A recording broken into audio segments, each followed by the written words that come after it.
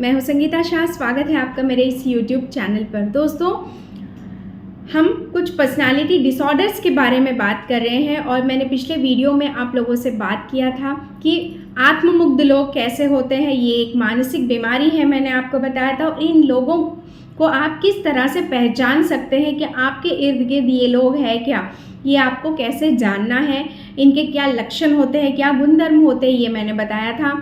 अब ये वाले वीडियो में मैं आपको बताऊंगी कि इस आत्ममुग्ध जो व्यक्तित्व, जो मानसिक बीमारी है, उस व्यक्ति को आप किस तरह से हैंडल कर सकते हैं, आप इनको अपने जीवन से किस तरह से दूर कर सकते हैं, या अपने जीवन की रक्षा इन लोगों से कैसे करके अपने जीवन को बेहतर बना सकते हैं। जैसे पिछले वीडियो में मैंने बताया था कि एक फीमेल का मुझे मैसेज आया था और वो एक ऐसे ही पर्सनालिटी डिसऑर्डर वाले पति के साथ अपना जीवन पिछले 18 सालों से बिता रही है।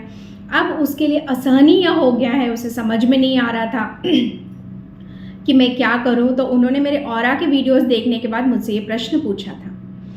तो मैं आइए आपको बता दूं कि अभी जैसे मैंने पति कह दिया तो फिर लोग मुझसे कहेंगे कि आप फिर से मेल्स को टारगेट कर रही है। लेकिन मैं ये कह दूं कि ये जो आत्ममुग्ध पर्सनालिटी डिसऑर्डर है, ये जो एक मानसिक बीमारी है, ये महिलाओं से ज़्यादा पुरुषों में देखी जा रही है या देखी गई है।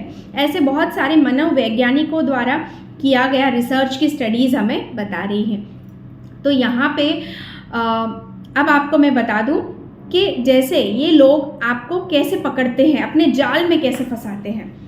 इन्हें या तो आपका इमोशनल वीकनेस पता होता है कि आपका दुखती रत क्या है, कोई एक इमोशनल वीकनेस आपका इन्हें पता होता है, या आपका डर इन्हें पता होता है, आपके या आपके लाइफ का कोई ऐसा सीक्रेट इन्हें पता होता है जो और कोई नहीं जानता, और आपके जीवन के सिद्धांतों के बारे में ये जानते हैं कि आपके लिए क्या प्रिय है। बहुत सारे लोगों के लिए अपना इज्जत, अपनी प्रतिष्ठा, अपना मान सम्मान, अपना परिवार, अपने माता पिता बहुत सारी महिलाओं के लिए बहुत ज़्यादा ज़रूरी होता है, पुरुषों के लिए भी होता है। तो ऐसे ही कोई एक आपके वीकनेस को ये लोग पकड़ लेते हैं। ये बिल्कुल एक एग्जाम्पल के तौर पे मैं आपको बताऊं तो जैसे एक मछुआरा एक मछली का शिकार करने के लिए पानी में जाल फेंकता है, बिल्कुल उसी तरह से ये लोग भी बार बार आपके इस इमोशनल वीकनेस का, या आपके इस डर का, या आपके इस कोई एक सीक्रेट का, ये बार बार इस्तेमाल करके आपको ये लोग अपने जाल में फंसा लेते हैं और आपको टॉर्चर करना शुरू कर देते हैं। अभी यहाँ आप कैसे बचेंगे? सबसे पहली चीज़, आपको उस व्यक्ति से इमोशनली पहले डिटैच हो जाना है। देखिए, अगर ये आपका बॉस है ना, मान लीजिए आपके कार्यक्षेत्र का बॉस है जो ये पर्सनालिटी है, इसको मैच कर रही है, तो आपके लिए बहुत आसान है। आप क्या कर सकते हो? कंपनी बदल दो, ऑर्गेनाइजेशंस बदल दो, बॉस बदल जाएंगे, है ना, बहुत आसानी से आपको छुटकारा मिल जाएगा। लेकिन अगर यही व्यक्तित्व वाला व्यक्ति आपका अगर पार्टनर है तो आप इससे कैसे पीछा छुड़ा सकते हैं, है ना? हम ऐसे ही पीछा नहीं छुड़ा सकते हैं। क्यों? उसके दो कारण हैं। बहुत साल, जैसे एक लंबा समय एक व्यक्ति के साथ जब हम जी लेते हैं तो उसके साथ में हमारा एक इमोशनल कनेक्ट हो जाता है, हम मानसिक तौर पे उनसे कनेक्ट हो जाते हैं। ऐसे मान लीजिए उनकी आदत हो जाती है और हमें ऐसे लगता है हम इनके बिना जीवन नहीं जी सकते हैं। वो एक इमोशनल कनेक्ट की वजह से हम उनसे अलग नहीं होते हैं। दूसरे होते हैं हमारे अपने जीवन जीने के सिद्धांत। हम कुछ ऐसे सिद्धांतों को लेके जीवन में आगे बढ़ रहे होते हैं कि बस अभी शादी कर ली है तो निभाना पड़ेगा। और दूसरी चीज़, हमें अपना मान सम्मान, अपनी प्रतिष्ठा, अपने माता पिता, इसका बहुत ज़्यादा डर होता है कि उनके ऊपर इसका क्या प्रभाव पड़ेगा। बहुत सारी महिलाएं केवल अपने बच्चों के खातिर ऐसे व्यक्तियों के साथ अपना जीवन जी रही होती हैं। तो मैंने जैसे आपको बताया कि ये लोग आपके इमोशंस को टारगेट करते हैं, आपके डर को, आपके सीक्रेट्स को टारगेट करके एक मछुआरे जैसे पानी में जाल डाल के मछली का शिकार करते हैं, बिल्कुल इसी तरह से ये आपका शिकार करते हैं और आप उस इमोशंस के जाल में आप फंस जाती हैं। फिर क्या करते हैं? फिर ये आपको, जैसे मछुआरा पानी में से मच्छी को निकाल देता है और वो जाल निकाल देता है और मच्छी का जीवन खत्म। वो तो बहुत आसान है, लेकिन ये जो पीड़ित होते हैं, ऐसे लोगों से जो पीड़ित होते हैं, इनका जीवन इतना आसान नहीं होता। वो क्या करेंगे, आपको पानी से बाहर निकालेंगे, मतलब आपको दर्द इतना देंगे कि आपको ऐसा लगेगा कि भाई ये जीवन से तो ज़्यादा अच्छा क्या है, मौत है, बस अब मर जाते हैं, बस अब ये रिश्ते को मैं और नहीं निभा सकता या निभा सकती हूँ, इसको यहीं पे ख़त्म करते हैं। उसी वक्त उनके अंदर भी एक डर होता है ना कि भाई अब ये बहुत ज़्यादा हो गया, अब मुझे थोड़ा सा सॉफ्ट होना पड़ेगा। फिर वो आपको अपने इमोशंस के ट्रैप में क्या करेंगे, उलझा लेंगे। मतलब फिर से उस तड़पती हुई मच्छी को पानी के अंदर छोड़ दिया, है ना।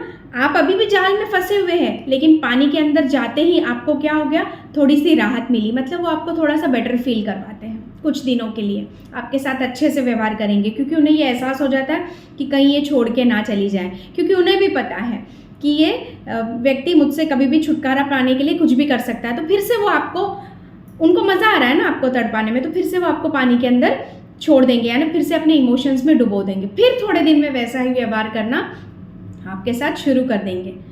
तो सबसे पहला चीज़ आप क्या करेंगे, ये सब सहना नहीं है, ये डिसाइड करके आप इस सिचुएशन को मुझे बार बार सहना नहीं है, ये आपको डिसाइड करना है।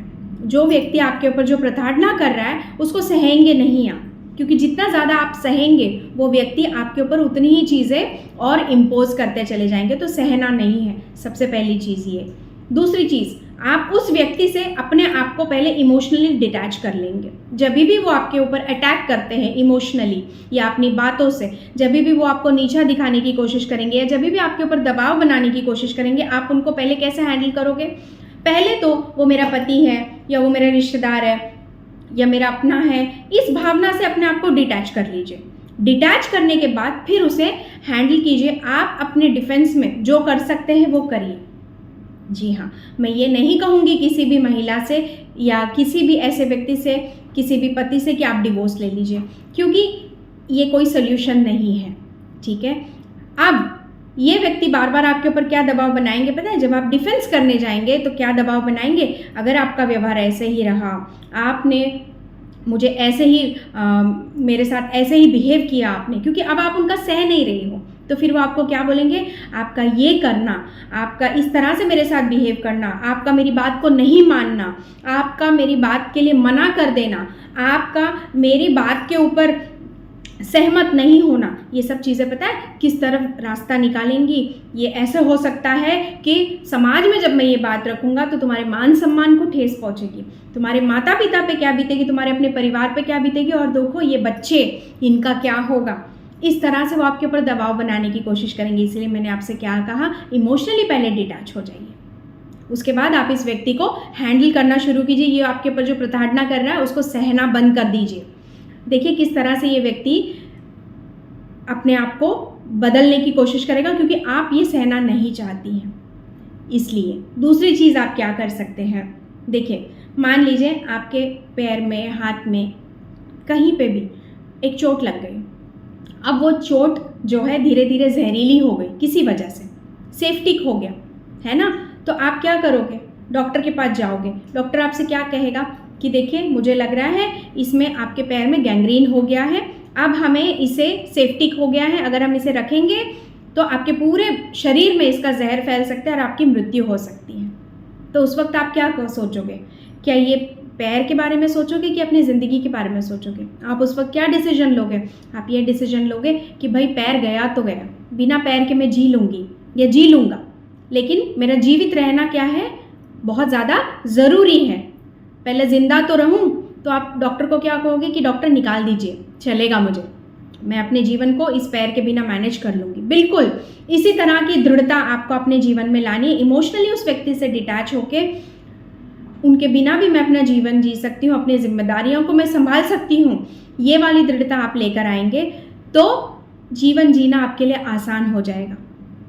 आप ऐसे ही इमोशनली उसके साथ ट्रैप में जब तक आप रहेंगे, उस व्यक्ति के साथ में आपका जीवन नर्क होता जाएगा। इस तरह से जैसे ही आपने सहना छोड़ दिया, जैसे ही आप उस व्यक्ति के साथ इमोशनली डिटैच हो गए, जैसे ही आपने ये डिसाइड कर लिया कि अब मुझे ये नहीं सहना है, ये व्यक्ति को हम हैंडल कर सकते हैं। अब इन लोगों का इलाज भी हो सकता है। जैसे कि मैंने कहा कि ये मानेंगे ही नहीं कि इन्हें कोई मानसिक बीमारी है, लेकिन आप एक साइकेट्रिक के पास जाके, एक मेरे जैसे किसी लाइफ कोच के पास जाके, किसी काउंसलर के पास जाके, इनके साथ बातें करके, इनके ऊपर NLP की कुछ थेरेपीज़ करके, न्यूरो लिंग्विस्टिक प्रोग्रामिंग का कुछ थेरेपीज़ करके हम इन्हें ठीक कर सकते हैं। थोड़ा समय लगेगा लेकिन धीरे धीरे हम इन्हें ठीक कर सकते हैं। लेकिन उसके लिए पहले आपको अपने अंदर से बहुत दृढ़, बहुत प्रबल होना पड़ेगा और इस व्यक्ति को हैंडल करने के जो तरीके मैंने बताए हैं वो आपको अपनाने पड़ेंगे। बहुत हिम्मत लगेगी लेकिन आपको ये करना पड़ेगा। इसके बाद हम इस व्यक्ति का इलाज बाद में करेंगे, लेकिन पहले आपको अपने आप को बचाना पड़ेगा इन लोगों से।